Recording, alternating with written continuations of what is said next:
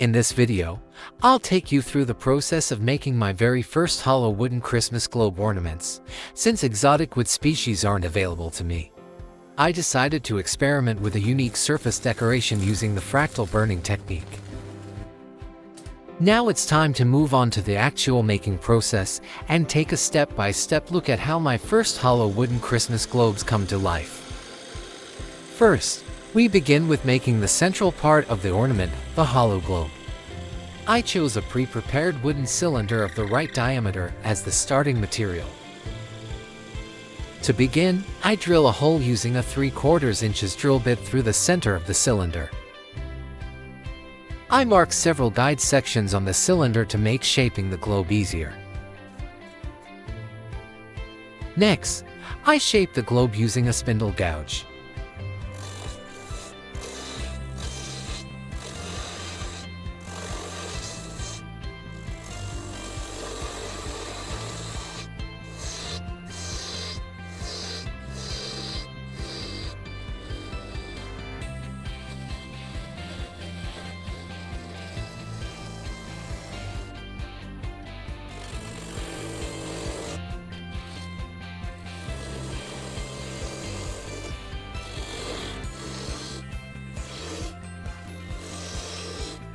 While shaping the globe, we need to be careful not to remove too much material on the left side, since a hole has already been drilled through the center.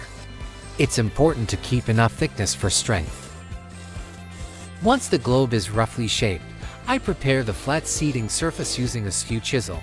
This flat area is made at the open end of the globe, where the longer bottom decorative finial will later be mounted.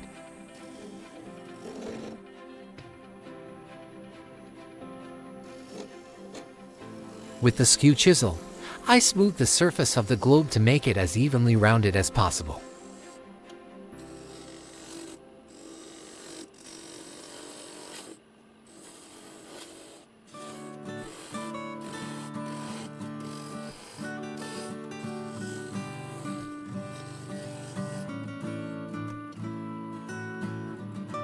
Using the parting tool, we shape the top of the globe as close to its final form as possible.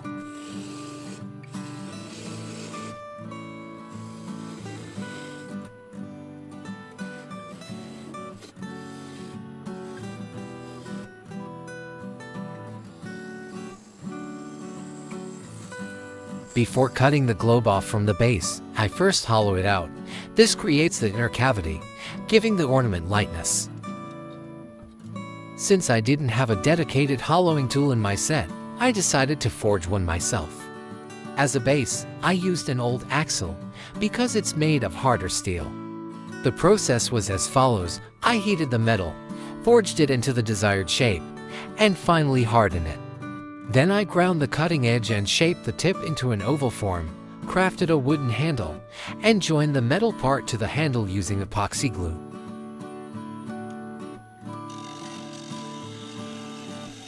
With my newly crafted tool, I hollowed out the inside of the globe.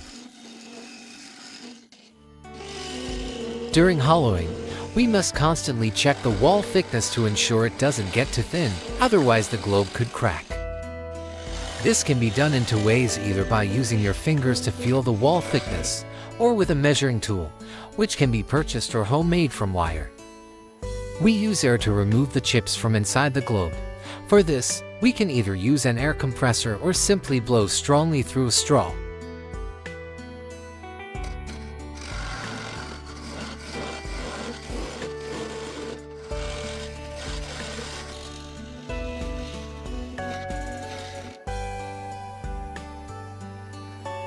Once the hollowing process is finished, we sand the outside of the globe to make it completely smooth.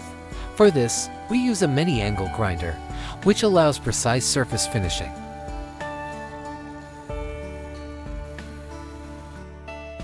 We carefully cut the finished globe off from the base using a parting tool. The cut must be flat again, so that the upper decorative finial can be mounted onto the globe more easily.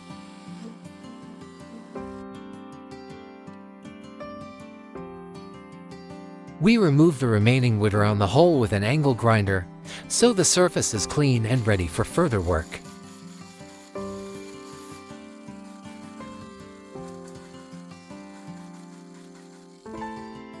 Warning: the following process is fractal burning, which uses high voltage electricity.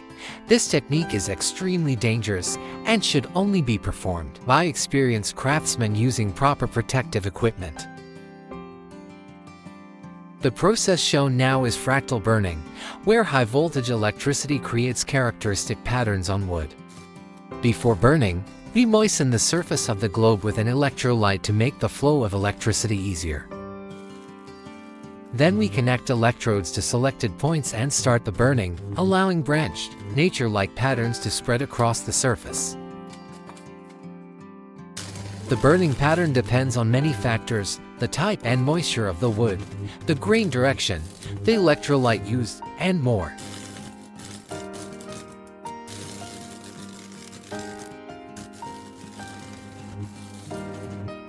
Once we are satisfied with the burn pattern, we proceed to clean the charred part of the globe. We remove the burn residue from the grooves using a wire brush, so that the burn channels become clean.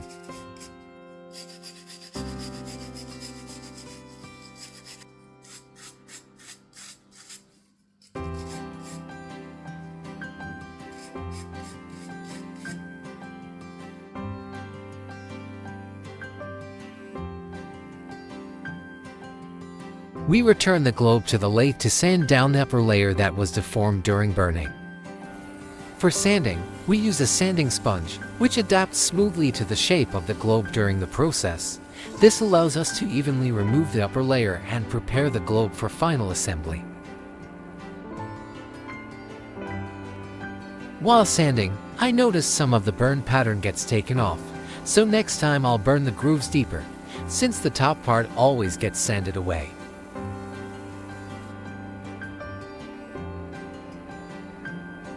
The main part of the ornament is finished, so now we begin preparing both decorative finials. For the finials, we use darker wood. This creates a beautiful contrast between the lighter globe and the decorative ends. I start by making the lower, longer finial. You can shape the finial according to your own imagination, or look up patterns online for guidance and inspiration.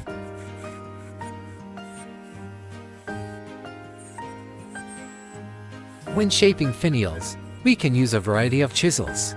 The choice of tool depends on the desired shape of the finial and the turner's individual style, as each chisel offers a different way to create finial details.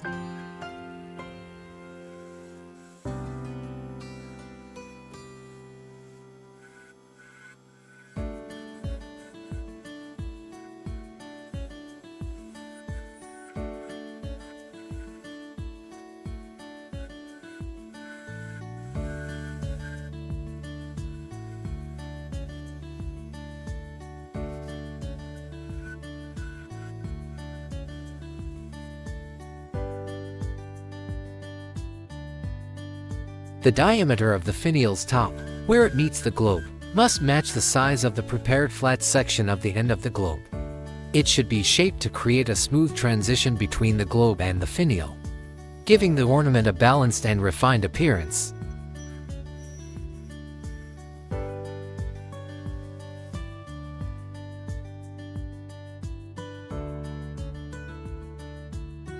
Before cutting the finial off the base, we sand it with a grinder to smooth the surface. We also need to pay attention to the tenon at the top of the finial, making sure it is the right size to fit neatly into the drilled hole in the globe.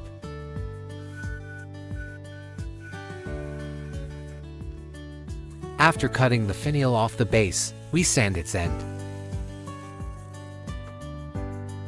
Now let's check if the finial fits the globe properly. This ensures both parts are shaped correctly. Now we move on to shaping the upper part of the finial, which will have a simpler form.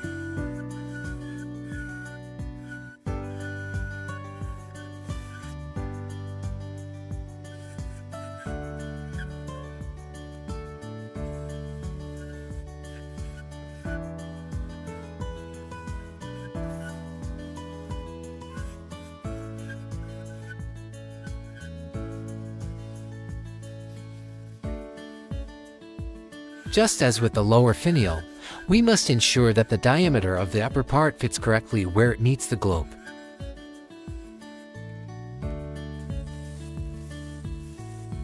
Just like the lower finial, we sand the upper one before cutting it off the base. We sand the finial's end and then check if it fits the globe properly. Before putting all three parts together, make sure to drill a hole in the upper finial. This hole will later hold a metal eyelet for the hanging string.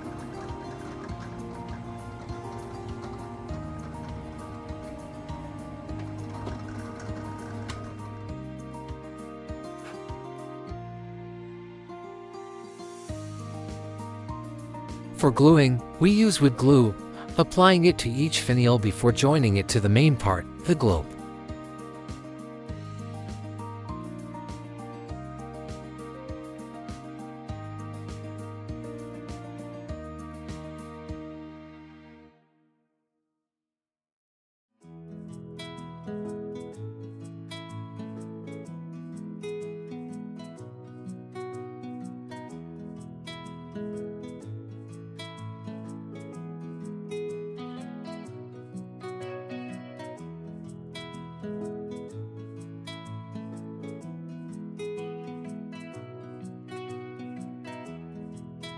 We wait until the glue is fully dry, and then move on to applying the final finish. To add shine but still preserve the natural look of the wood, I choose a clear water-based gloss finish.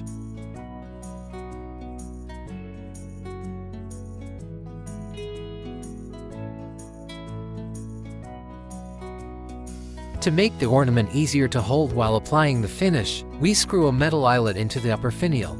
This way, the ornament can be safely hung or held during the coating process.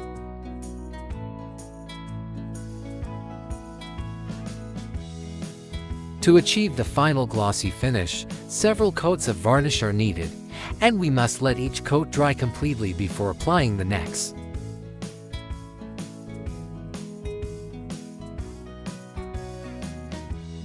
The beauty of every finished piece reflects the effort invested in creating it. That's why each ornament is truly one of a kind, unique in shape, color, and shine. And when placed on the Christmas tree, they come together to create holiday warmth and reveal the true value of handmade work. Thank you for watching, and I hope the process has inspired you.